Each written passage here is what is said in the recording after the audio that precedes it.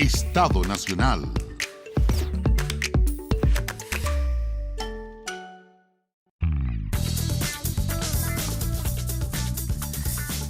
¿Cómo están ustedes? Muy buenas noches. Bienvenidos a Estado Nacional en este domingo, Día del Padre. Saludamos a todos que nos escuchan ahí. Connie, muy buenas noches. ¿Qué tal? Muy bien. Felicidades para ti también. Muchísimas gracias. Sí, pues. ¿Y quiénes están gozando además de un fin de semana largo? Muchos chilenos y chilenas.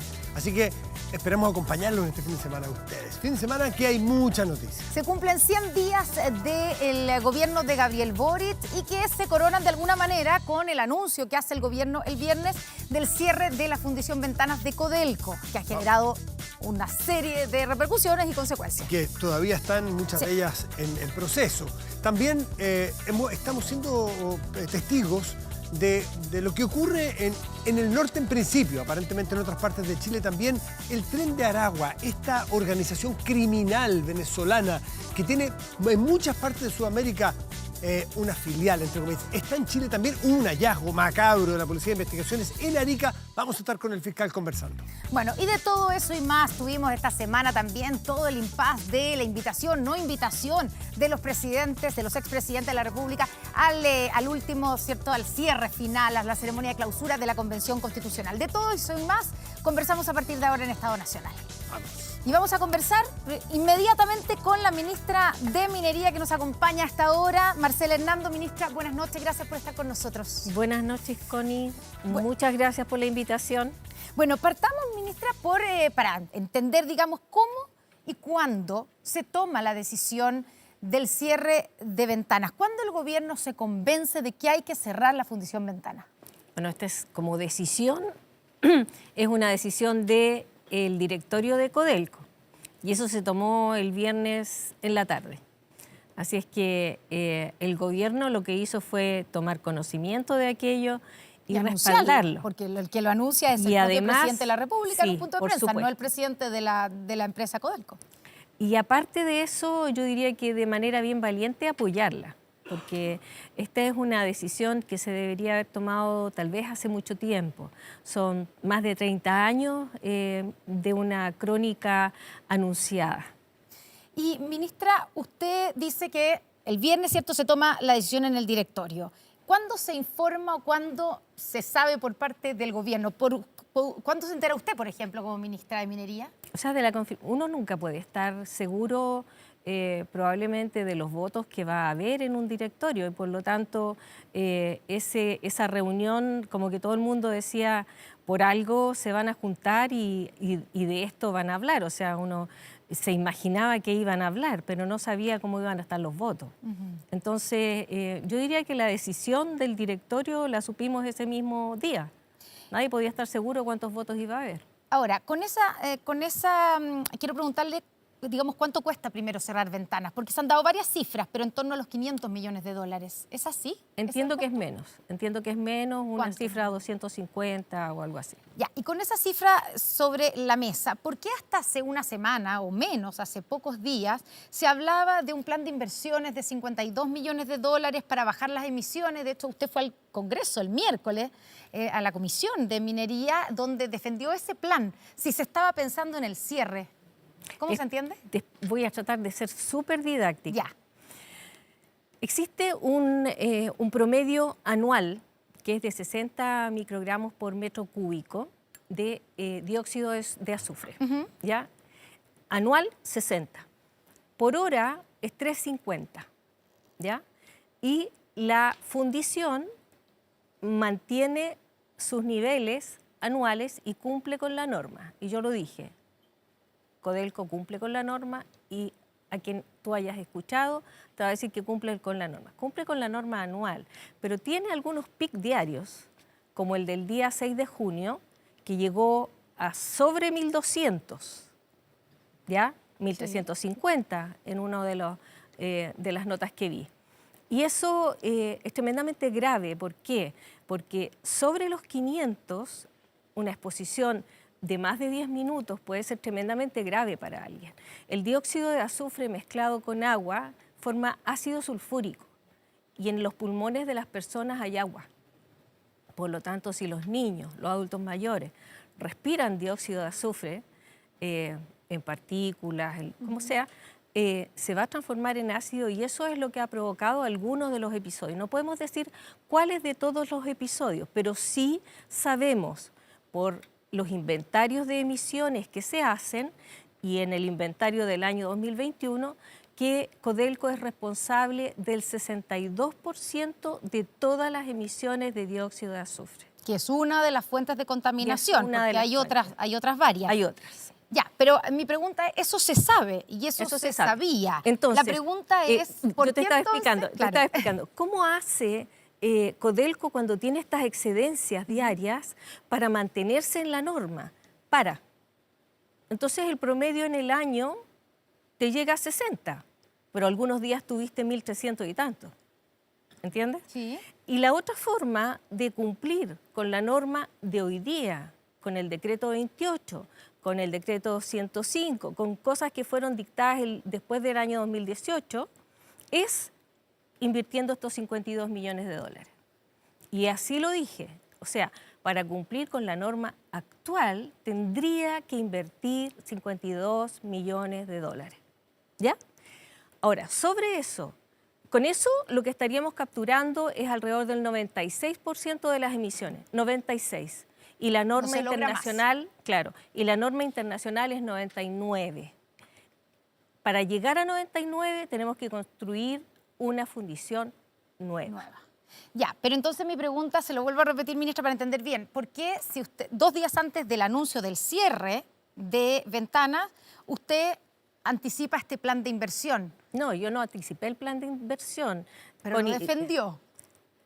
O sea, yo dije... Digo, si estaba ese plan, ¿cómo se entiende que después la opción sea el cierre? Yo entiendo que usted me dice, la decisión la toma el directorio de Codelco, pero es evidente También que lo dije ese día. Mira, yo no sé por qué se entiende que yo defendí un plan. Yo dije, si tuviéramos que cumplir exactamente con la norma tal como está hoy día, tendríamos que invertir este año, a más tardar el 2023, 52 millones de dólares.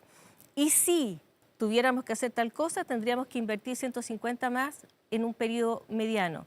Y para llegar al 99% tenemos que hacer tal cosa. O sea, en todo momento yo dije, para hacer esto tenemos que hacer esto, para hacer esto tenemos que hacer esto. Eso no es decir que hay un plan que está decidido y que está establecido. Ya, entonces se equivoca el alcalde Puchuncaví cuando dice que les mintieron a ellos, que le habían ofrecido un plan de inversión de 52 millones de dólares y que ahora entonces ese camino se descarta y se opta por el cierre. Yo no sé quién le ofreció al alcalde de Puchuncaví. Esos 52 millones de dólares se vienen hablando hace rato. Sí. Y los trabajadores estaban convencidos de que con eso se solucionaba el tema. El problema es que con esos 52 millones de dólares lo único que tú logras hacer es ponerte al día con la norma vigente hoy, pero no con la norma el estándar internacional que es el que corresponde. Ya, a eso se refería la ministra de Medio Ambiente, Maysa Rojas, cuando dijo hoy día en la mañana que en Codelco se sabe hace tiempo que el plan no es suficiente porque es gradual y que después se tiene que revisar. Y por lo tanto estaba de alguna manera, entonces entiendo ahora, que estaba como descartado ese plan. Sí, yo diría que es más o menos lo mismo que ocurre en Calama. Ya, ministra, usted dice que se cierra la fundición, ¿cierto? Y está demostrado, como dijo también la ministra de Medio Ambiente, que la fundición Codelco Ventana es responsable del 64% del dióxido de azufre, pero de los 7 eventos de intoxicación de este mes, solo uno se ha producido según lo que se comprueba por dióxido de azufre. ¿Quiénes son los otros contaminantes? ¿Y por qué entonces, claro, el Estado solo puede cerrar la fundición que es del Estado, pero ¿se soluciona el problema con el cierre de Ventanas? Esa es una zona saturada y a nosotros nos parece que es tremendamente importante cerrar una fuente de dióxido de azufre porque las personas están muy cerca y estos son componentes tremendamente tóxicos. Los asociados a la fundición, uno podría decir que son principalmente el azufre, el arsénico, partículas tamaño 10 y tamaño 2,5, nitrógeno probablemente, pero hay una serie de otros componentes que están presentes en la bahía y que no solo son producidos por la fundición de Codelco. Hay una serie de otras empresas que tienen que establecer sus propios planes y que algunas de ellas tendrán que hacer esfuerzos por cumplir con la norma. ¿Y qué sacamos entonces solo con apagar una fuente de contaminación si hay otras 19 empresas en ese cordón industrial que siguen contaminando? Es que, a ver, el Estado solo puede partir dando el ejemplo. Y a mí me parece que eso es un acto de tremenda valentía por parte del presidente de apoyar esto, sabiendo y también haciéndonos cargo de lo que significa para los trabajadores. Que no van a ser abandonados en este tema. Aquí hay una preocupación especial por ello.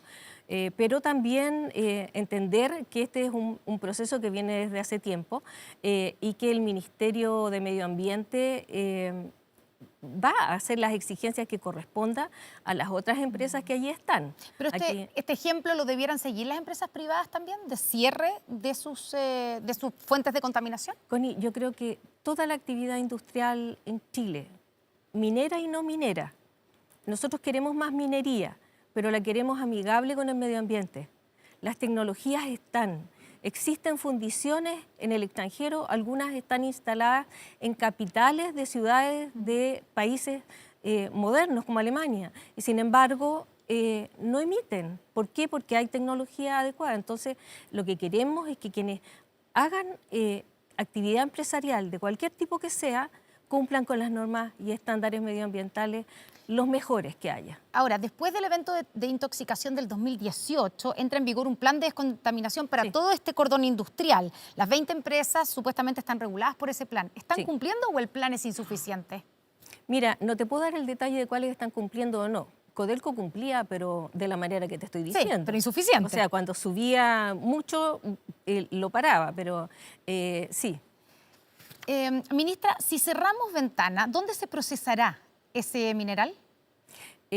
Puede procesarse en varias partes, o sea, Codelco tiene 4 fundiciones por lo menos y por lo tanto podría procesarlos en otro lado. Pero está garantizada la factibilidad, que hay factibilidad digo, técnica y económica para trasladar ese material para procesarlo en otras fundiciones de Codelco. Hay una serie de parámetros que hay que considerar, tiene que ver con el transporte del material también, pero de la misma manera como hoy día el poder de compra está establecido allí, pero reciben minerales desde incluso la sexta región. A lo mejor sería más fácil que los de la sexta región entregaran en el teniente. ¿Te fijas?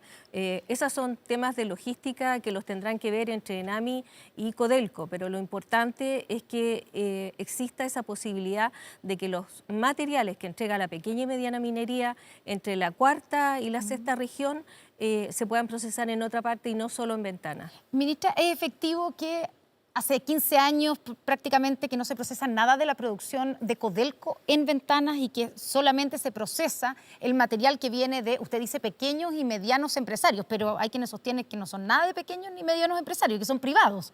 No, no es efectivo. ¿No es efectivo? No, no es efectivo. Porque lo dice Óscar Landerreche, en su expresidente, ¿cierto?, de Codelco, en su libro Hacia un nuevo pacto, y dice que, entre varias cosas que dice, que hace rato se debería haber cerrado la fundición, dice exactamente que hace 15 años en que no se procesa prácticamente nada de la producción de Codelco en Ventana. Eso no es efectivo porque si uno mira la capacidad de fundición de la fundición de Ventanas es de 410 toneladas mensuales. Y miles de toneladas, perdón, 410 miles de toneladas mensuales. Y de la pequeña y mediana minería vienen alrededor de 100, 160. El resto son concentrados de Codelco. Ya, no de ENAMI. Los de ENAMI son 160, entre 100 y 160 mil de estos 410 que se funden ahí. ¿A quiénes se está subsidiando en rigor, no? Porque lo que se sostiene es que se está subsidiando porque, digamos, Ventanas funciona a pérdida y, digamos, hay un pacto de subsidio con esta pequeña y mediana minería. Lo que dicen los mineros en general, privados y públicos, es que las fundiciones todas pierden plata. Porque su rentabilidad es bastante menor que la actividad minera propiamente tal de extraer el cobre y procesar los concentrados. Sin embargo, nosotros estimamos que la decisión de fundir y refinar en el país es una decisión estratégica. y que nos interesa fortalecerla. De hecho, está en el programa del presidente Gabriel Boric y es un compromiso de él para con todos los mineros con los cuales se reunió. Ya, pero le pregunto de nuevo por el tema del subsidio, porque entiendo yo y usted me dice que efectivamente es cierto que hay una cantidad de, digamos que Ventanas pierde plata, ¿cierto? Y Sí. que lleva años perdiendo plata. Y ahora con Y que esta, tiene con esto obligación que por tiene que ley, parar, ya, y tiene obligación por ley desde que Sí. se compró esta fundición a Enami, ¿cierto? Desde el año 2005, ¿fue eso? Sí. Que tiene que venderle, tiene que procesar, digamos, el Sí. mineral de estas pequeñas y medianas empresas, sí. perdiendo plata. Eso es un subsidio de una estatal a los privados, ¿o no? ¿Por qué? ¿Por qué la ENAMI? La ENAMI no es privada. La ENAMI tiene tiene una misión fundamental que es la de fomento a los pequeños y medianos mineros. Si no existiera la ENAMI, no existirían pequeños y medianos mineros, que es una actividad que le da energía y es el motor de muchísimas ciudades pequeñas de nuestro norte chico sobre todo, pero también en el norte grande. Y en ese contexto, ese subsidio es para todos, para las grandes y para los chicos en todo caso, porque lo que dicen los mineros, como te decía recién, es que todas las fundiciones pierden. Entonces lo que subsidia a la fundición es la actividad extractiva. Esa parte subsidia a la actividad de fundición. Ministra, hablemos de los trabajadores. Usted dijo que había especial preocupación por ellos. ¿Esto se conversó, esta decisión, con los trabajadores? Porque ellos dicen que no. De hecho, ya anunciaron un paro nacional. Bueno, yo entiendo, yo no me puedo hacer cargo de qué es lo que haya pasado previamente. A propósito del tema Ventanas propiamente tal, yo fui en marzo, las primeras semanas, cuando me invitaron a la Cámara de Diputados y después fui al Senado a hablar del programa de gobierno y hablamos de los proyectos que estaban en la Cámara y les dije que nosotros no pretendíamos movilizar este proyecto que existe para modificar la ley 19.933 porque estábamos evaluando qué era lo que pasaba con las fundiciones. Fue puesto en tabla por la comisión, ¿ya? Y yo entiendo que lo pusieron en tabla por la comisión luego de la emergencia del día 6 de junio y les pareció propicio hacerlo y nosotros estuvimos de acuerdo en ir a conversar con la comisión a propósito de eso. Pero es un tema que se viene hablando hace mucho tiempo. Yo me reuní con los trabajadores en marzo y les dije lo mismo, que yo no iba a movilizar este proyecto y que cuando pensara hacerlo, lo iba a conversar con ellos. Pero ¿Qué pasó? fue puesto en tabla no por nosotros, fue puesto en tabla por la comisión. Y nosotros lo que hicimos fue decir, mira, estas son las condiciones, estas son las cosas que nos están preocupando. Mientras permanezca cerrado Ventanas y no se funda el material de la ENAMI sigue pagándole a los pequeños que le entregan, pero la ENAMI no recibe los flujos desde Codelco hacia ellos y necesitamos que la ENAMI tenga esos flujos porque si no, no existe fomento. Bueno, los trabajadores, hay diferentes grupos, obviamente, pero según los dirigentes son, y quiero preguntarle que nos aclare cuáles son las cifras que ustedes tienen, son 700 trabajadores de planta los que se verían afectados, que incluye a los de la refinería, que se entiende que no va a cerrar, pero ellos dicen que igual van a verse afectados. Y el dirigente de los contratistas los cifró en 1.200, la mayoría residen en Quintero, en Puchuncaví, en esa zona. ¿Qué se va a hacer con esas personas? Bueno, Codelco lo ha dicho y el presidente del directorio también lo ha dicho y el presidente también lo aseguró porque, como tú bien dijiste, no es una sola empresa, son muchas empresas y es probable que existan otras repercusiones en otras empresas. Entonces, debe existir y existe una mesa que debería liderarla el gobernador regional, el gobernador Mundaca, y allí participar todos los organismos de gobierno que tengan que hacerse cargo de eso. En forma directa, Codelco tiene 350 aproximadamente, esa es la cifra que yo manejo, trabajadores directos de la fundición. Sí. Y aproximadamente 400, 500, eso es lo que nos dicen, indirectos, que prestan servicios de alimentación, de guardia, de seguridad, etc.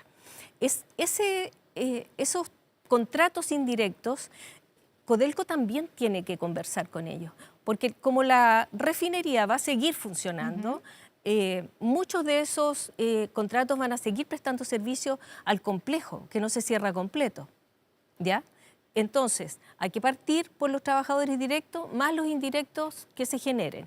Y bueno, eso da origen a una serie de cosas que ocurren en el entorno. El almacén de la esquina, los proveedores de algunos insumos, etcétera. Y esos 350, ¿a dónde se van a ir? ¿Los van a reubicar dónde? Porque estamos hablando además de gente que tiene su vida hecha ahí, en Quintero Puchuncaví, y muchos de ellos dicen no nos queremos mover de aquí. Y entiendo que la reubicación podría ser en otras regiones. Sí, puede ser en otras regiones. Lo que ha dicho Codelco es que tienen planes de egreso, tienen planes de reubicación en otras fundiciones, aprovechando el expertise que tienen. Cuando se habla de reconversión, podría ser reconversión dentro de la misma minería, no necesariamente que ocurra lo que ha pasado en otras partes y que terminen en Lota, por ejemplo. En Lota, o sea, por ejemplo. ¿van a garantizar que no se convierta Quintero Puchuncaví, digamos, en un nuevo Lota? En una ciudad de peluqueros, no. Ya, eso está garantizado. Sí. Y el presidente, usted dice, bueno, esto lo ha dicho Codelco, pero en realidad este anuncio, de alguna manera, lo hizo el presidente en el punto de prensa. Y él aseguró y dijo que nadie se quedará sin trabajo. ¿Se puede garantizar que todos estos trabajadores no van a ser despedidos, sino que van a tener trabajo? Claro que se puede garantizar dentro de Codelco, sí. Ahora yo quisiera explicitar, porque de repente este tema no se entiende mucho. El presidente siempre dijo que quería erradicar las zonas de sacrificio y que quería solucionar las zonas de sacrificio. Si Codelco hace este anuncio obvio, que además tratándose de una empresa estatal, el presidente decida anunciarlo. Y tomar esta decisión del directorio y respaldarla y decir, vamos a cerrar Codelco con compromiso de que el gobierno va a hacer una transición justa. Porque Codelco no tendría por qué encargarse de los efectos agregados, digamos. ¿Ya? ¿Quién se hace cargo de los efectos agregados? Es el gobierno. Y por eso el presidente dice, vamos con esto porque vamos a solucionar el tema de Quintero Puchuncaví. Ministra, y estábamos diciendo que hay 20 empresas en el cordón industrial, ¿cierto? Que están reguladas además por este plan, pero que evidentemente no es suficiente. Se cierra una de esas empresas, es la que puede cerrar, digamos, el Estado porque es de la empresa estatal. ¿Qué tiene que pasar con las otras empresas? Bueno, ¿Qué se hace con ellas? Este lunes ellas están comprometidas a decir cómo están cumpliendo y se están adaptando a la normativa actual. Pero se sabe que algunas no están cumpliendo. Bueno, ese es un tema que yo no manejo en detalle, Connie. Yo sé que hay algunas de ellas que están más complicadas que otras y que sobre esas que están más complicadas que otras hay algunas que probablemente van a tener que interrumpir sus funciones durante un tiempo, van a tener que cerrar o van a tener que invertir, no sé. Ese es un tema que lo lleva directamente el Ministerio de Medio Ambiente. Ya, ¿pero cuáles tendrían que cerrar? Usted dijo, por ejemplo, habló de AES Gener. Sí, me estabas escuchando. Sí, claro, en otra entrevista, lo que pasa es que si uno ve cuáles son las que producen los contaminantes más complicados, y yo hablé de dióxido de azufre, y en estos días todos hemos estado hablando de dióxido de azufre, incluso de el que se emana desde las alcantarillas. Son 3 las que producen más volumen de esto. Una es Codelco, otra es Gener, que ya lo había mencionado, y también está ENAP. Esas son las que producen más emanaciones de este tipo. Por lo tanto, AES Gener debiera cerrar. No estoy diciendo eso, porque a lo mejor ellos cumplen, no sé qué porcentaje del total ellos están emitiendo, y ese es un tema que depende de las inversiones que ellos hagan y de las medidas que ellos tomen. Ya, ¿pero esa es la señal que quiere dar el Estado, el gobierno? ¿Usted recomendaría que los privados, los que están en ese cordón industrial, cerraran su empresa? Yo voy a decir que no están cumpliendo, obviamente. Voy a insistir en lo que te decía adelante. Para todas las actividades industriales, todas, incluyendo las mineras, queremos más industrialización, queremos más minería, pero amigable con el medio ambiente y que se cumplan los estándares más elevados posibles. ¿No hay vuelta atrás con este cierre? No. Ministra de Minería, Marcela Hernando, muchas gracias por estar esta noche aquí en Estado Nacional. Muchas gracias, Connie. Buenas noches. Buenas noches. Matías, ¿con qué seguimos? Bueno, nos vamos a Arica, nos vamos al norte de nuestro país. Ha escuchado hablar probablemente usted o ha leído el tristemente célebre Tren de Aragua, esta multinacional venezolana del crimen, y del crimen múltiple además, que lamentablemente había indicios de que estaba en Chile, que operaba en Chile, pero ahora tenemos certeza, según un operativo de la PDI, que ha encontrado casas de tortura, un muerto, una persona muerta que todavía no se sabe si la enterraron viva. De eso estamos hablando. Vamos a tomar contacto con el fiscal de la zona, Mario Carrera, fiscal regional de Arica y Parinacota. Muy buenas noches, gracias por recibirnos. ¿Cómo está usted? Hola Matías, Constanza, muy buenas noches. Bueno, partamos por ir de lo general a lo particular. ¿Qué es esto del Tren de Aragua? Y si tenemos ya certeza de que lo que se ha descubierto en Chile, ahí justamente en Arica, pertenece a esa organización. Sí, bueno, la verdad es que los tenemos operando hace un tiempo atrás y esto es una tónica que no solamente afecta a nuestro país, o sea, en Perú está bastante fuerte y así en el resto de los países, Ecuador, Colombia y obviamente Venezuela. Entonces, era una realidad que por la forma en que se venía desarrollando la migración íbamos a tener tarde o temprano. Sí, fiscal, ¿desde cuándo está operando en nuestro país según la investigación que ustedes han realizado? Bueno, esta investigación respecto de las células que operaban en la región de Arica y Parinacota venía más o menos hace más de 2 meses que nosotros iniciamos, digamos, esta investigación o ya los datos, digamos, empezamos a armar el rompecabezas, donde determinamos efectivamente toda la estructura jerárquica de la que opera en la región, cuáles eran los domicilios que ocupaban, los cargos de las distintas personas. Y bueno, la verdad es que solamente realizamos este proceso de entrada y registro una vez que tuvimos toda la orgánica ya bien delimitada. Y evidentemente tiene conexiones con células del mismo tren de otros países, especialmente de Lima y bueno, en el caso nuestro con el resto del país también. Fiscal, muy buenas noches. Esto se trata de un cartel. ¿Qué características tiene comparado con otros carteles de los que hemos conocido? El año pasado se habló incluso de Jalisco, que tenía alguna presencia en nuestro país. ¿Esto es un cartel que venden drogas, armas, crimen organizado? ¿A qué se dedican? Si nos pudiera contar un poco las características que tienen, de cómo operan. Sí, Constanza, bueno, esto es una empresa criminal y es una organización como tal, se dedica, no tiene un giro, digamos, o un negocio específico. La modalidad que utilizan normalmente es, primero, ganar o obtener lo que ellos denominan una plaza determinada, y esto lo hacen a través de la extorsión o derechamente aniquilando a las bandas rivales, que es el fenómeno que habíamos estado observando en el último tiempo. De hecho, de esa manera nosotros nos enteramos hace ya muchos meses atrás que estaban operando en la región por interceptaciones o escuchas respecto de otras organizaciones a las que estábamos investigando. Entonces, eso nos permitió ir obteniendo información respecto de este grupo y llegar a los resultados que tuvimos. Entonces, cuando también Matías dice que, claro, hubo un hallazgo de un cuerpo, nosotros teníamos absolutamente claridad de que esto iba a ser así. No, o sea, conocíamos la casa de tortura y conocíamos que al menos 3 personas habían puesto fin a su vida en ese lugar.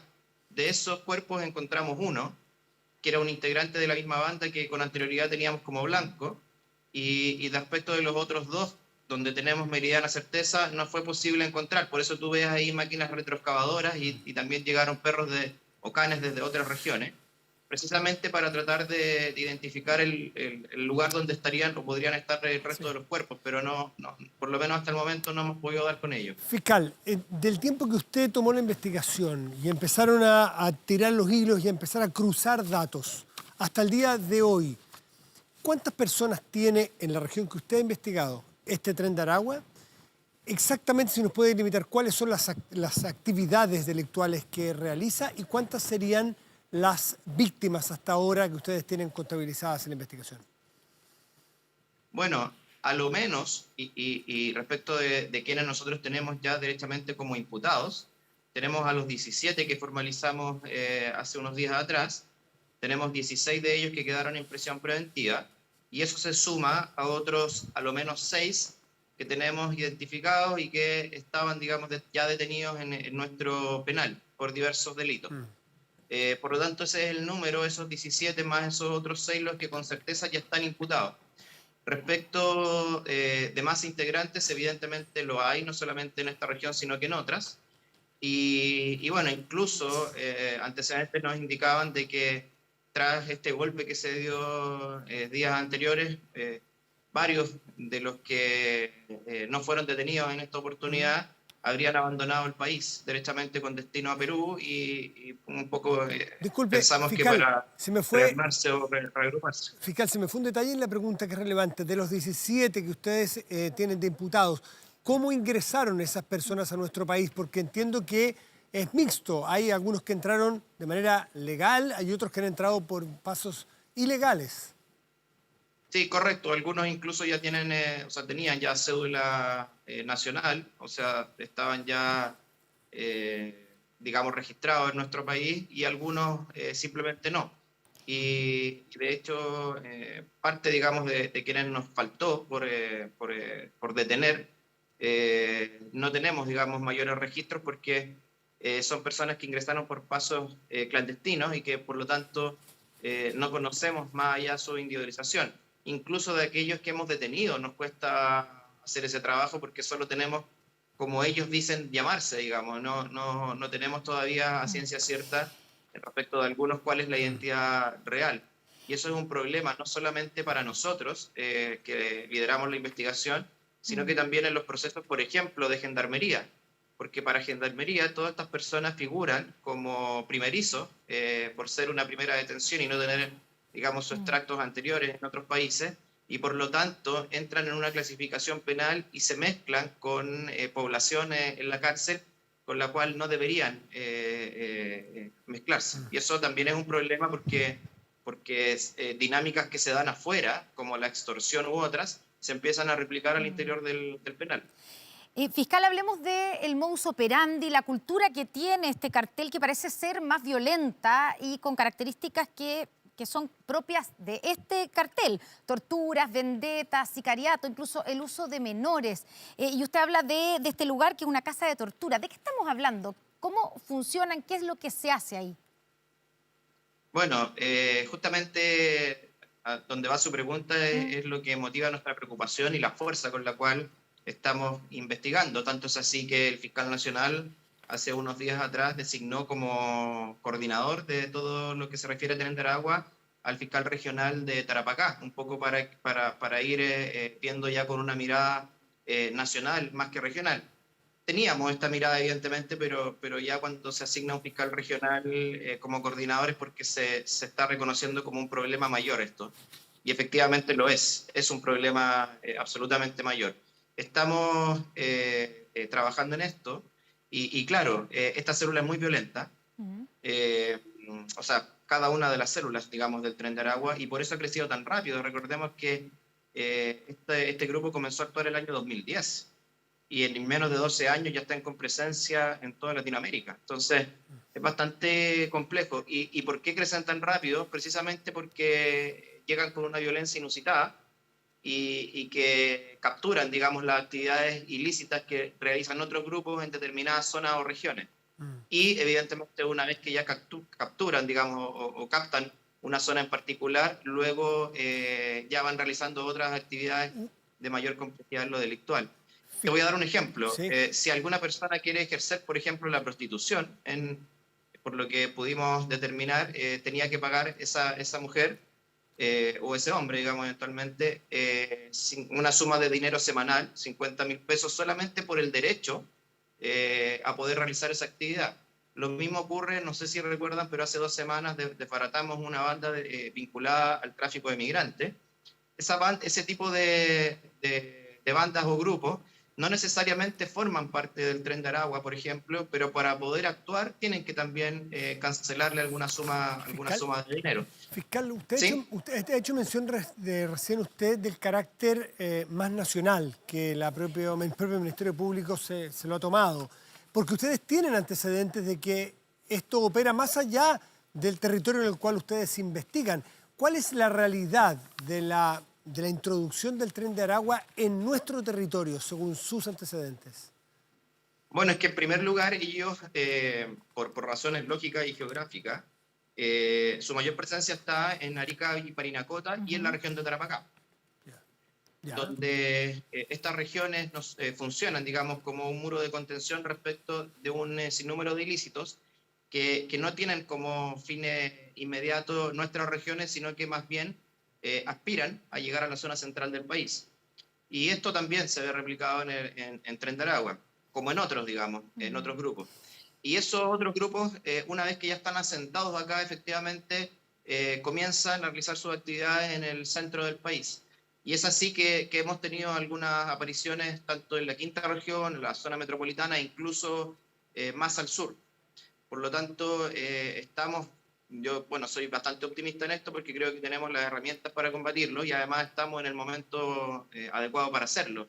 Y ahí le voy a contar algún tipo de infidencias que sí puedo contar de la investigación, que ellos hasta el momento están sorprendidos, así como nosotros nos sorprendimos de sus formas, también se sorprenden ellos de las nuestras, porque, por ejemplo, esta persona o de este cadáver que nosotros encontramos y que estábamos buscando, no hay denuncia de presunta desgracia, o sea, en términos claros, es una vida que no le importaba a nadie más que a nosotros, digamos, en términos de quienes están buscando darle una respuesta a la situación que vivió. Y eso a ellos les llama la atención de que nosotros no solamente investiguemos las muertes de civiles, sino que las muertes que se producen entre ellos. Es una cuestión que parece que por algunas escuchas que hemos logrado no logran entender, digamos, a Perdón, ciencia, ¿quiénes a son ciencia entre cierta. ellos? ¿Entre gente de la misma banda o de bandas rivales? ¿Ustedes tienen identificada a esa persona que estaba enterrada, esta persona que esté muerto? Sí, o sea, bueno, siempre nosotros más que identificada sabemos a quién correspondía. No sabemos si el nombre al cual nosotros le estamos asignando corresponde a su nombre real.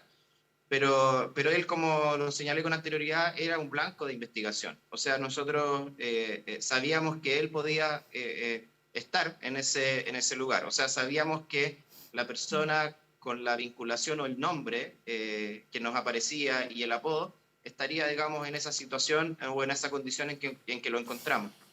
Pero claro, eso lo transforma en una cuestión bastante peligrosa porque hay otros crímenes que ellos han cometido donde ellos se preocupan de que eso se vea, o sea, de que lo encontremos. Ahí hemos encontrado personas amarradas, hacen videos también y se lo mandan a familiares.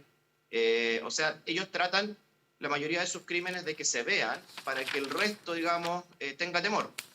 Pero hay otros crímenes que, como es el de este sujeto, del cual me refería, que él, al ser una persona interna dentro de la organización, imagino, o imaginamos, porque son solamente hipótesis por el momento, que él habrá vulnerado algún código interno de la banda y su muerte y su tortura previa habrá sido, digamos, para dejar constancia de al resto de los integrantes que puede ocurrir si vulneran esos códigos.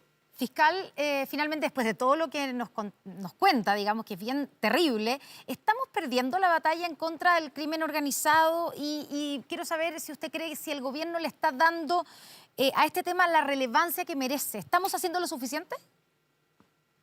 Bueno, Constanza, creo que el fiscal regional de Tarapacá, si ves alguna de las declaraciones que ha dado en los meses anteriores, la verdad es que había sido muy crítico respecto del actuar del gobierno, pero más bien lo que nos preocupaba a nosotros, y en esto comparto las opiniones del fiscal regional, don Raúl Arancibia, que nos sentíamos un poco huérfanos de lo que en esta lucha, digamos, o sentíamos que no se le estaba dando toda la importancia que esto tenía. Porque claro, está bien, nosotros no podemos dar a conocer a la ciudadanía o a los medios cuestiones bien escabrosas que tenemos o con las que contamos. Pero sin perjuicio de ello, entendemos que habían antecedentes suficientes como para que a nivel central se le dieran todas las alarmas que esto merecía. Y bueno, escuchamos las palabras del presidente el día viernes en la noche, donde se refirió a este tema y con bastante dureza. Esperemos que esto signifique un cambio en la mirada respecto a esta zona y se nos dé toda la atención que esto requiere. Y por cierto, todos los recursos que esto necesita. Entendemos que están pidiendo refuerzos ustedes, ¿cierto? La unidad de análisis, ¿les han contestado desde aquí Santiago, el Poder Central, el Ministerio del Interior, les han contestado a esta demanda?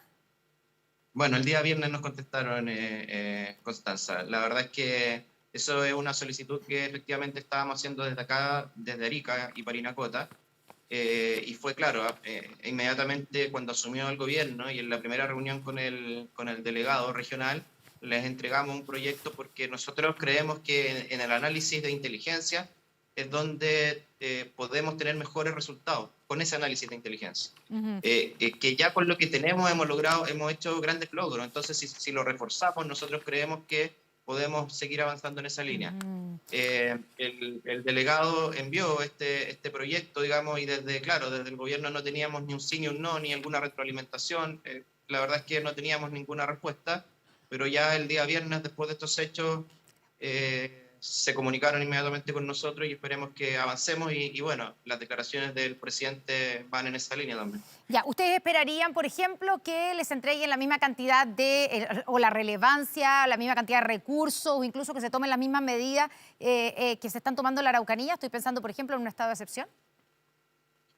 No, la verdad es que lo que se refiere a estado de excepción, no sé si sirva tanto. Hay temas de control de fronteras donde ya el ejército puede realizar labores sin necesidad de estado de excepción. Pero no, van en temas más relacionados con la operatividad, con el desarrollo de inteligencia y de cómo infiltramos de mejor manera estas organizaciones. Te voy a contar una cosa, Constanza. Nosotros, visto la magnitud del problema, hace 3 semanas atrás nos reunimos en Tongoy, todos los fiscales regionales desde Coquimbo a Arica, todos los generales de zona de Coquimbo a Arica, todos los prefectos de la Policía de Investigaciones de Coquimbo a Arica, más las autoridades centrales de ambas instituciones y de la Fiscalía Nacional. El gobierno había confirmado en esa oportunidad la asistencia. Para nosotros era muy importante porque era una oportunidad para manifestar este problema y cancelaron la asistencia a último minuto. Entendemos que el motivo de la cancelación fueron precisamente temas de la Araucanía, pero claro, si no pueden ir las autoridades centrales, por ejemplo, actividades como esa, perfectamente hay mandos siguientes que deberían haber asistido. ¿Quién iba a ir, fiscal? ¿Quién se había comprometido a asistir a esta reunión de parte del gobierno central? No, directamente las máximas autoridades, subsecretario Monsalve, digamos, era quien debería haber asistido. Pero entendemos que hay cuestiones de agenda que obviamente siempre pueden aparecer. Nosotros como autoridades también las vivimos. A veces el día a día nos pone ciertas temáticas o ciertos problemas que alteran nuestra agenda. Pero eso no significa, porque pasa, digamos, cuando no está alguna autoridad fiscal regional, bueno, para el fiscal regional subrogante o el fiscal jefe que corresponda. Y la verdad es que en esa oportunidad hubiese sido muy relevante que hubiese asistido el gobierno conforme había un compromiso. Pero bueno, esperemos que el cambio de las palabras con las palabras que dijo el presidente el día viernes se traduzcan efectivamente en un cambio en esa temática. O sea, que se vea el problema que tenemos acá en la real dimensión que tiene. Fiscal Mario Carrera, muchísimas gracias por conversar con nosotros esta noche desde Arica. Que esté muy bien. Bien, buenas noches. Gracias a usted, y esto es parte efectivamente de la relevancia que nosotros esperamos que tenga este tipo de temas a nivel central, porque si esto traspasa esta zona y si ellos logran infiltrar nuestras instituciones como lo están tratando de hacer, la verdad es que luego va a ser muy difícil el combate contra este tipo de grupos. Coordinar un operativo con 100 funcionarios de distintas regiones, paralelamente en Gendarmería también, donde vinieron funcionarios de varias regiones, y que de eso, digamos, no se filtre, también es una cuestión que a ellos les extraña, porque hoy día tenemos instituciones que funcionan y tenemos que preservarlas de esa manera. Gracias, fiscal. Importante también que la televisión pública ponga este tema sobre la mesa. Muy buenas noches. Gracias, que estén muy bien. Hasta luego. Bueno, y continuamos en el programa para hablar de otras cosas que han pasado durante esta semana. Por ejemplo, el adelanto y extensión de las vacaciones de invierno por el tema sanitario. También toda la polémica acerca de la invitación, no invitación de los expresidentes de la República a la ceremonia de cierre de la Convención Constitucional. Todo eso lo analizamos en el siguiente panel después de ver estas imágenes. Hemos decidido modificar el calendario de vacaciones de invierno, adelantándolas y además sumando una tercera semana. Cuando nos dicen de segmentar, lo que estamos hablando es que es toda la población pediátrica la que tenemos que cuidar. por la gran cantidad de pacientes que se encuentran en estos momentos hospitalizados en la urgencia. En este momento la situación es bastante preocupante. Y cuando los expertos indican que todas las crisis respiratorias fuertes se dan en menores de 5 años y también en los lactantes, ¿cómo justificamos esta medida? ¿Y por qué ellos no pueden aumentar las camas UCI pediátricas para evitar, obviamente, tomar esa medida? Desde la semana 13 a la semana 22 del año se aumentó en un 100% las camas UCI y en un 106% las camas UTI pediátricas. Lo más probable que en la última semana de este mes y las 2 primeras de julio tengamos el pico. Y el presidente Boric dijo, lo último que se debe cerrar son las escuelas. Por lo tanto, presidente, dele instrucciones precisas a su equipo de salud.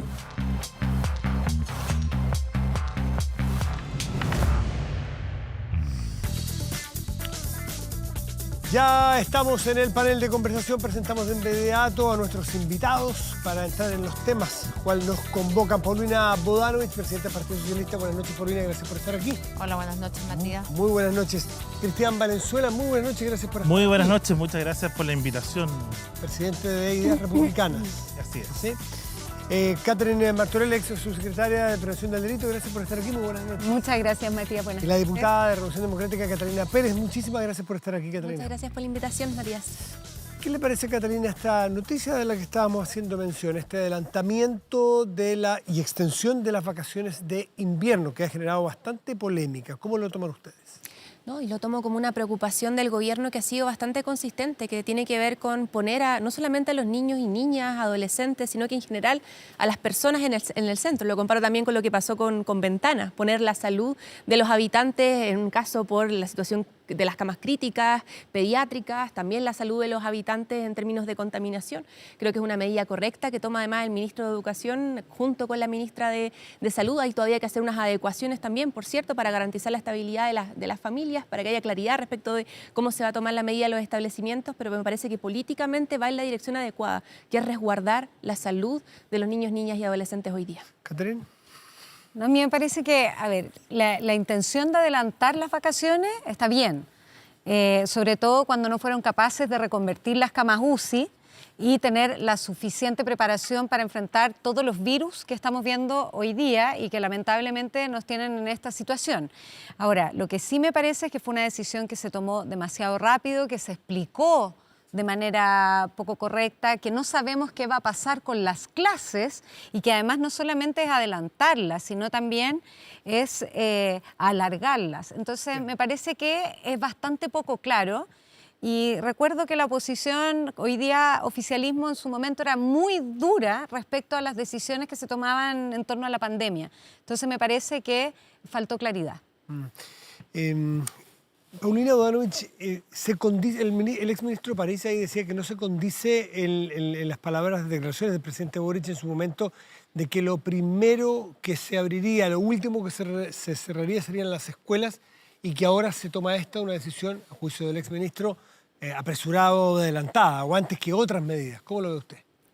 Bueno, la ministra de Salud señaló que había un problema de circulación de virus que no se podía solucionar solamente desde el sector salud. Y yo creo que las autoridades en estas materias van evaluando y las medidas que se toman tienen que tener en consideración fundamental a los niños, niñas y adolescentes. En ese sentido, me parece que la medida, si bien es compleja para muchas familias y donde también se ve la perspectiva de género que deben tener estas medidas, porque la crianza y cuidado finalmente está generalmente en manos de las madres, ¿no? Y produce un problema... ¿Y no afecta esto más justamente? Sí, lamentablemente esa es la realidad, aunque debería ser equitativo. ¿No afecta más a las madres laboralmente pero su integración? Justamente te iba a señalar eso, que prontamente la Dirección del Trabajo reaccionó con un dictamen que autoriza el teletrabajo en estas condiciones para las madres cuidadoras. Cuando se pueda. Por supuesto, no es para todos, lo sabemos, ni para todas, pero ya es una medida inmediata que adoptó la Dirección del Trabajo y que va en el sentido correcto. Creo también que entendiendo que la pandemia y la circulación de los virus está compleja, porque no solamente está el COVID, está también la influenza, Por lo tanto, hay que entender que la situación de los niños más pequeños, además, que no siempre están con las vacunas, son niños mucho más chicos, puede tener complejidad. Matías, a propósito, dos cosas. Uno, hay que recordar el problema de planificación que existió, porque aquí hay un tema de camas que se reconvirtieron, camas UCI, para enfrentar la pandemia, que no se prepararon para todos los virus que ahora con vacuna íbamos a tener. Y lo segundo es que respecto a la vacunación de los menores, muy importante ese dato, tenemos solamente un 12% de vacunación de refuerzo. Entonces creo que sería importante ahí también que el gobierno incentivara entonces la vacunación en los niños y niñas. Cristian Valenzuela. Sí, no, mi visión y Catalina mezcla los temas de ventana. Y yo creo que es interesante esa mezcla porque en los dos casos uno ve improvisación, ve mala comunicación. Y creo que el tema de la comunicación, especialmente la comunicación de riesgo, ha sido uno de los grandes problemas de este gobierno en materia de salud. Hoy día se anunciaba que volvimos a los casos activos al 21 de marzo. O sea, casi al empezar el gobierno siguen subiendo los casos y los contagios. Y precisamente de un gobierno que en su estructura se fundamenta en el colegio médico, que fue muy crítico durante el gobierno anterior respecto del manejo de la pandemia. Hablaban de manejo criminal, hablaban de que aquí, me acuerdo, alcaldes de la coalición que presentaron querellas por diseminación de elementos patógenos casi criminales en contra del presidente, el ministro de Salud. Entonces, que hoy día, a última hora, un día martes, se toma esta decisión tan de un momento a otro. Cuando la ministra habla de vacaciones, el ministro de Educación habla de receso, y hoy día lo explica. Entonces, yo espero, y coincido con Paulina, una decisión muy compleja, tiene muchas consecuencias a nivel familiar, a nivel laboral, pero espero que el gobierno de una buena vez se concentre en materia educacional y en materia de salud, en la pandemia que estamos viviendo, en los distintos virus que están afectando, y pueda ordenarse para comunicar correctamente cómo está gobernando. Catalina, ¿faltó un poco de coordinación, de juego en equipo entre los ministerios aludidos aquí? ¿Hay una autocrítica? Yo creo que sí, y es bueno decirlo así, porque yo creo que los errores hay que reconocerlos para corregirlos. Nosotros, de hecho, al día siguiente nos reunimos inmediatamente con la ministra de la Mujer, con Antonio Orellana, la bancada feminista del Congreso Nacional, de las diputadas, justamente para ver las medidas que iban a ser necesarias quizás para complementar, digamos, el anuncio que ya había hecho Educación con Salud. Yo creo que evidentemente siempre se pueden mejorar las coordinaciones y también las formas de comunicación. Yo creo que eso siempre es mejorable, o sea, siempre es necesario dejar sumamente claras todas las implicancias que una medida va a tener y quizás eso se pudo haber mejorado. Pero lo que sí rescato es que yo creo que se actúa a tiempo también. Yo también agradezco a un gobierno que actúa antes de que estemos en el medio de la problemática, que anuncie medidas y que logre complementar. Lo que dice Catherine que faltó programación para preparar y reconvertir camas críticas antes de tener que tomar esta medida. ¿Hay autocrítica ahí también? Yo ahí no me atrevo a meterme tan en profundidad en cómo fue la administración, porque entiendo que además, o sea, esta es una conversación entre educación, entre salud, para prevenir la situación que vamos a enfrentar en los meses de invierno. Sabíamos que iban a ser complejos desde que comenzó la pandemia, y lo que necesitamos son medidas inmediatas. Lo que necesitamos son medidas inmediatas justamente para no caer en poner en riesgo, digamos, a niños y niñas. Yo creo que en ese sentido la medida acertada, mejorable, por cierto, en términos de comunicación y coordinación. Paulina Bodanovich, no quiero cambiar de tema, porque hay muchos temas, tenemos que ir rapidito. 2 de los 4 expresidentes ya han dicho expresamente que no van a asistir a la entrega del texto constitucional que va a ser puesto a votación para todos los chilenos en septiembre. El presidente Lagos y el presidente Frey han dicho y se han excusado. No sabemos qué pasará con Michelle Bachelet, usted debe saber, y con el presidente Piñera. ¿Cómo toma usted esto? ¿Cómo lo ve? ¿Cómo lee la renuncia a la invitación de Lagos y Frey? Yo creo que cuando estamos tratando de promover una constitución, de que nos unamos frente a un nuevo texto constitucional, habría sido importante que se cursara una invitación oportunamente a los presidentes, a los expresidentes. Creo que cada uno es parte de la historia de nuestro país y, por supuesto, tienen algo que aportar. ¿La presidenta Bachelet va a ir? No lo sé. Pero usted habla bastante con ella, me imagino. Yo no soy vocera de la presidenta. No, pero a lo mejor Bachelet. sabe. No le he pedido vocería, pero sí sabe si va a ir. No lo sé. ¿Le parecería oportuno que fuera en este contexto? No lo sé, porque esa es una decisión que le compete a cada uno, pero lo que sí creo es que cuando además la forma es un poco tosca, por decirlo de alguna manera, ¿La forma de invitar? Sí, porque además después la propia presidenta de la convención vota en contra. Entonces, creo que el presidente Lagos fue bastante elegante en la carta que envió, pero me parece que tenía bastantes argumentos él para no asistir en esas condiciones. Cristian, ¿qué te parece? Sí, no, ¿Debe ir Piñera? Yo creo que sí. ¿Va a ir no Piñera? me contacto muy seguido con el presidente Piñera, pero yo espero que vaya la presidenta Bachelet. Yo creo que el presidente Lagos efectivamente cristalizó en su frase ruego no me consideren. Ruego que no me consideren en la invitación. El presidente Frey fue un poco más escueto en su mensaje, pero creo que eso habla, yo estoy casi convencido que el presidente Lagos de aquí al 4 de septiembre igual va a decir que aprueba y que aprueba con modificación, y un poco la línea que el exministro Viragallo en la radio el viernes. Entonces, creo que no va a cambiar eso, pero creo que él en esa carta y en este nuevo impasse de la convención, se refleja también que aquí muchos chilenos se sienten excluidos de este proceso. Y eso es lo que están mostrando las encuestas.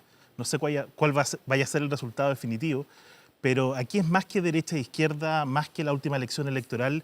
Aquí hay un proceso que yo creo que no quedan los últimos días para hacer los últimos ajustes, pero en realidad un proceso que no cuajó, un proceso donde fue cooptado por un grupo de personas que se creyó por sobre el resto de los demás, que creyó que estaba como poseído de una cierta iluminación, que ellos venían a refundar la República y que todo estaba en sus manos, que creo que es un mensaje que no sé quién les dijo, pero creo que se equivocaron.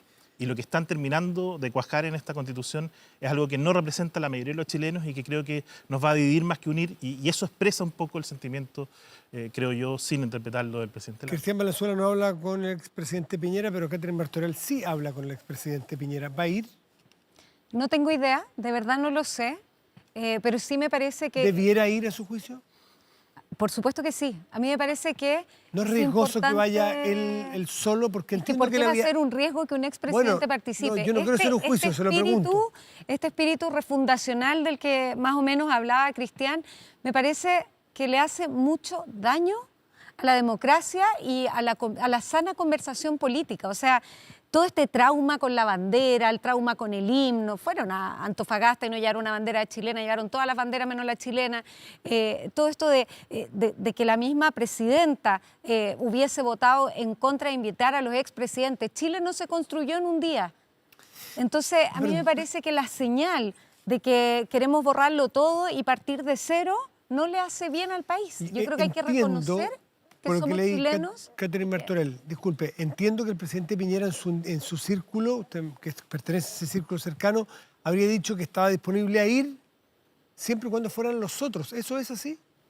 Yo no tengo esa información y tampoco soy vocera del presidente Sebastián Piñera. No, le pregunto si es que sabe, no vocería, tampoco exijo vocería. No lo sé, y la verdad es que, insisto, me preocupa más la señal.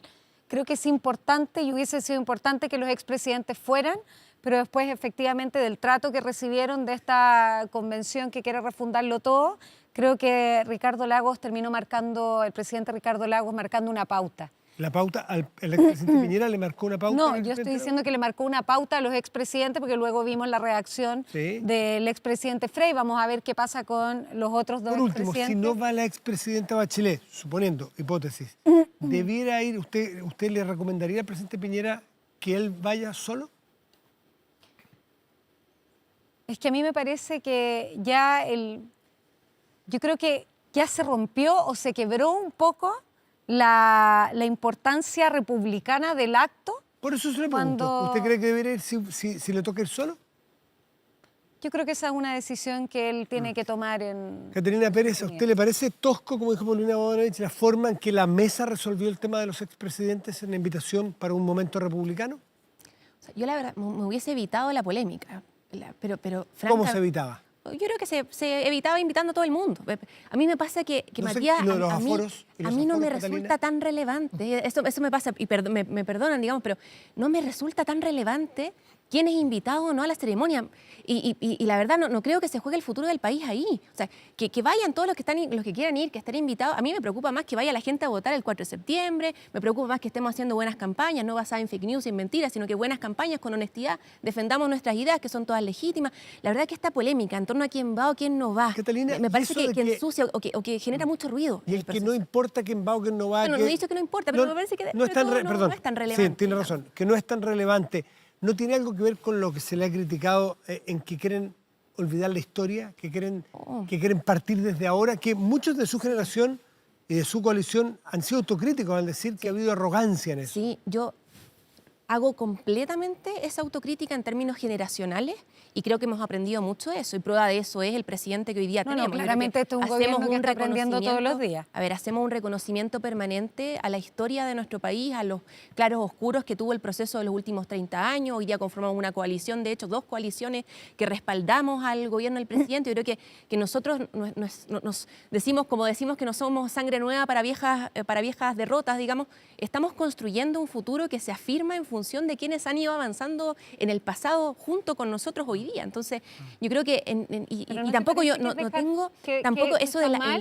no haber invitado a los expresidentes considerando, o haberlos invitado, no invitado, desinvitado. Sí, quizás en perspectiva yo diría, claro, reconociendo mejor que o queriendo reconocer, o con ese espíritu de reconocer nuestra historia. Probablemente hubiese sido mejor que lo hubiesen invitado desde un comienzo, incluso para que hoy día no estuviéramos debatiendo de eso, sino que el contenido de la nueva Constitución, no sé, como sí, podría haber sido mejor manejado, de acuerdo.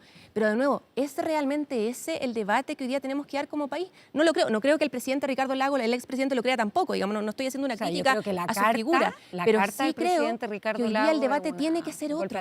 Y espero que la campaña parte en un par de días más, en un par de semanas más, el 4, realmente estemos a la altura de las circunstancias, porque lo que nos jugamos hoy día no es la refundación del país. Lo que nos jugamos hoy día es cuál va a ser el marco jurídico que le va a dar estabilidad, certeza a la ciudadanía por los próximos 50 años. Y en ese marco tenemos que caber todos. Entonces, por favor, demos esa discusión. 100 días del presidente Boric en el gobierno. ¿Cómo su evaluación, Paulina, ahora que encabeza además uno de los partidos principales de la coalición, el Partido Socialista? Creo que esto, los 100 días primeros han sido complejos, ha tenido bastante coyuntura y eso hace que uno no pueda ir tomando las cosas que se suponía que iban a ser las prioridades del gobierno. Ahora creo que sí han afrontado temas bastante sensibles para la población en los primeros días, como es el tema del sueldo mínimo, que se logró aprobar su alza, preocuparse de los costos del gas, del petróleo, ir adoptando medidas en materia de desarrollo social, el IFE, es decir, hoy día los problemas... ¿Viene IFE? Sí, se incrementaron los IFE. Entonces, el IFE laboral. También en materia de ayudas a las mujeres. Entonces creo que se ha tomado la situación económica en su conjunto, porque mira, finalmente hoy día las cosas cuando son buenas, nadie habla de ellas, nadie las da a conocer, se dan por conocidas o se dan por hechas y como que su deber no más cumple. Yo creo que en eso el gobierno ha sido bien preocupado de ir dando apoyos concretos en área agrícola. Mira, si tú recorres los ministerios, en todas las áreas hay apoyos en una situación económica muy compleja como la que estamos viviendo hoy día. Por lo tanto, creo que ahí ha sido la parte más exitosa del gobierno en estos días. ¿Se anima una nota? Para hacer esta lógica entre todos, ¿se anima una nota? Mira, las notas yo creo que cada uno le va a poner Por eso no hay una novedad, pues nosotros vamos a poner buenas notas, yo le voy a poner pésimas notas. Pero en el matiz está la gracia. En el matiz está la gracia. Creo que por ejemplo, si dice el Partido Socialista la mejor nota que RD, puede ser noticiosa. Estamos atentos. Ya, cachipuna.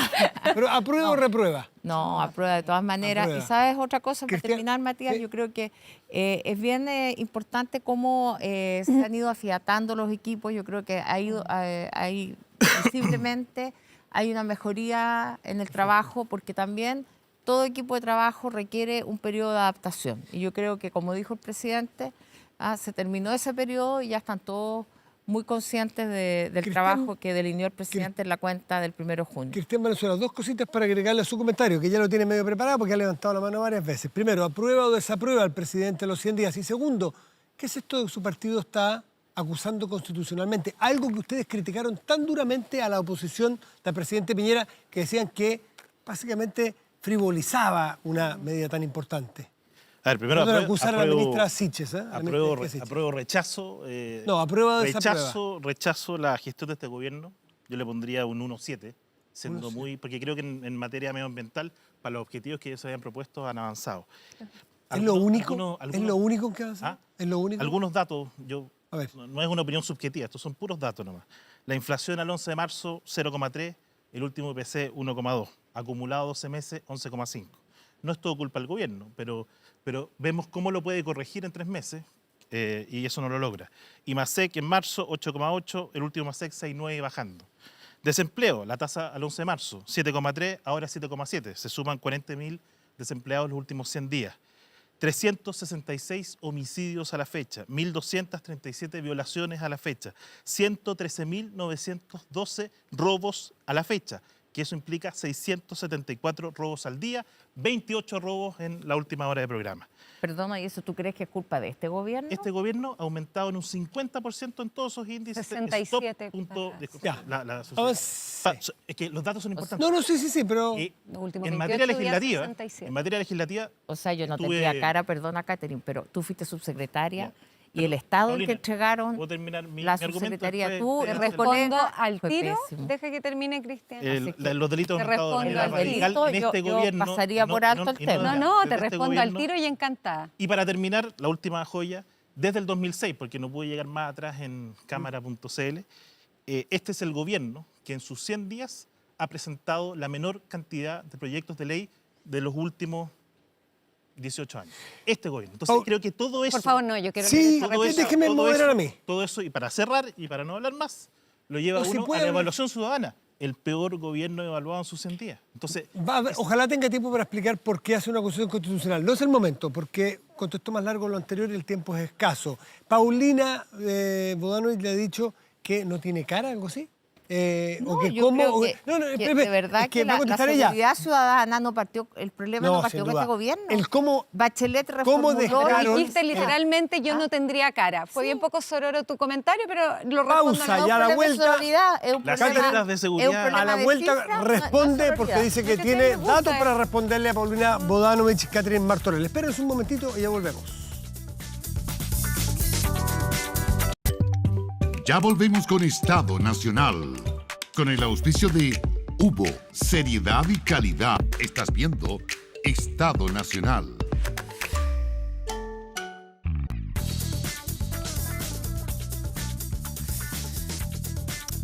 De vuelta en Estado Nacional, Catherine Martorell le iba a responder a Paulina Bodanovich, por favor.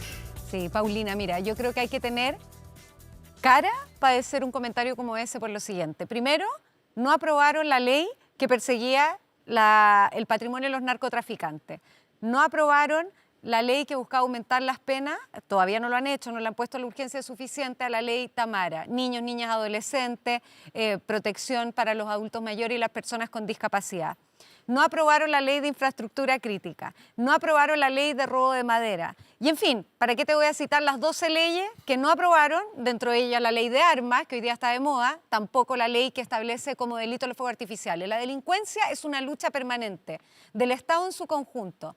Cuando no se es gobierno y se vive del cantinfleo o del panfleteo, es súper fácil votar en contra de las leyes, pero cuando se es gobierno y hay que tomarse las cosas en serio, resulta que todas esas leyes que votaron en contra, hoy día las convierten en su agenda de seguridad.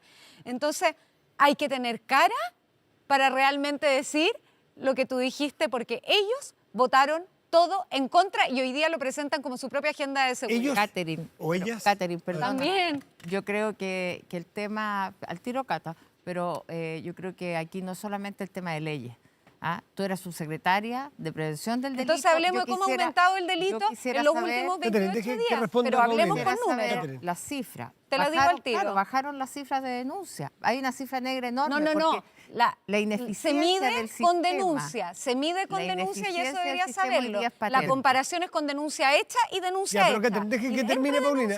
Aumentó, pero totalmente los delitos. Y si consideras la NUSC, que no toma denuncia, también es lo mismo. De la Creo que una buena idea es conocer Caterina. los datos, hablar con números Caterina, y decir la verdad. Caterina, déjeme no que- mentir. no, 4 minutos. Te Nos queda tocó poco la tiempo, época de la deje- pandemia y yo recuerdo que fuiste una estupenda vocera de la Bueno, pandemia. pero no antes de la recuerdo tus pandemia, políticas como Qué subsecretaria. lástima, Pero deberías bueno, haberlas conocido y Catalina solamente tiene- para Catalina decir Pérez, que las asumimos el votaciones- gobierno con un 28% de victimización, al año siguiente, 2018, bajamos a 26, Catalina al año Pérez, siguiente, las votaciones. 2019, Dicen que bajamos a ustedes, 24. Caterina, he dicho que ustedes votaron buena parte de las leyes de seguridad que hoy día hacen de su agenda en contra. ¿Eso es así? Mira, no, o sea, algunas sí, otras no, algunas fueron mejoradas en la tramitación. Por ejemplo, la ley de control de armas, que todo el mundo dice que rechazamos, sí, rechazamos la primera vez, pero para el segundo la después se aprobamos porque aprobó. se le añadieron modificaciones que creíamos que fortalecían el proyecto. Entonces, se buscan construir estos eslóganes que yo creo que esto le hacen daño al debate actual, no en términos de que podamos tener legítimas diferencias respecto de cómo se aborda el problema de seguridad, preguntar a uno pero a sí uno por los respecto de cómo proyectos. construimos una política de Estado en torno al problema de seguridad. Yo creo que yo me alegro muchísimo, de que el gobierno dentro de estos primeros 100 días haya atendido a no necesariamente lo que era parte de la agenda de transformaciones estructurales, que nosotros creemos son sumamente importantes y también urgentes, sino que a las urgencias de la ciudadanía vinculadas a costo de vida y vinculadas también a la agenda de seguridad. Cuando yo veo a un presidente en su cuenta pública planteando como un eje prioritario de su gestión la agenda de seguridad, cuando veo a una ministra del Interior, me junté con ella a almorzar, estuvimos 2 horas hablando de cómo enfocamos el tema de seguridad, cómo mejoramos la protección de víctimas, cómo fortalecemos la ley de inteligencia, cómo seguimos con nuestra idea de desarmar, quitar el poder de armas de la fuerza. Entonces, hay una agenda claramente...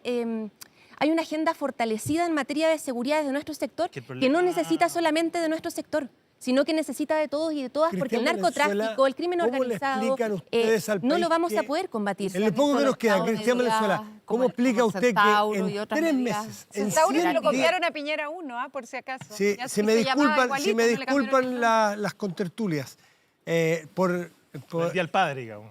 no sé, Cristian Valenzuela, ¿cómo se explica que en 100 días ustedes tengan un juicio tan terminante como para acusar constitucionalmente a la ministra de Izquierda? Voy a citar al presidente Boric, que en mayo del 2018, solo 2 meses después que había iniciado el gobierno, tenía el mismo juicio respecto al ministro Santelices. Y él decía, la acusación constitucional contra el ministro Santelices tiene justificación jurídica y política. Aquí también tiene justificación jurídica y política. Y me parece bien lo que plantea la diputada, diciendo que hay una agenda. Pero estamos llenos de agendas de seguridad. La realidad, lo real, lo concreto, a pesar de lo que opina Paulina, es que en los datos la seguridad está desbocada en toda la línea. Y a la ministra se le ha citado al Congreso, se le han mandado cientos de oficios, se le trató de interpelar, no conseguimos los votos para interpelar. Entonces, esta es la última medida que quedaba. ¿Y cuál es el objetivo de esto? No es perseguir a la ministra como persona, es perseguir el desastre que existe hoy día en el Ministerio de Interior y Seguridad Pública y el desastre, el caos, la catástrofe social que significa hoy día la seguridad en el país. Eso es todo, nada más que... Catherine, Cristian, Paulina, Catalina, a los 4 muchas gracias por estar aquí esta noche. Vamos a hacer una pausa y volvemos. Muchas gracias por la invitación.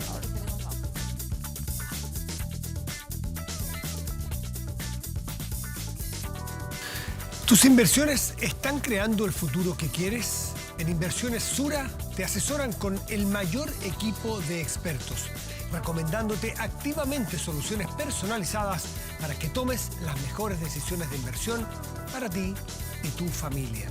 Inversiones Sura, el poder de tus decisiones crea futuro. Ya volvemos con Estado Nacional. Estás viendo Estado Nacional.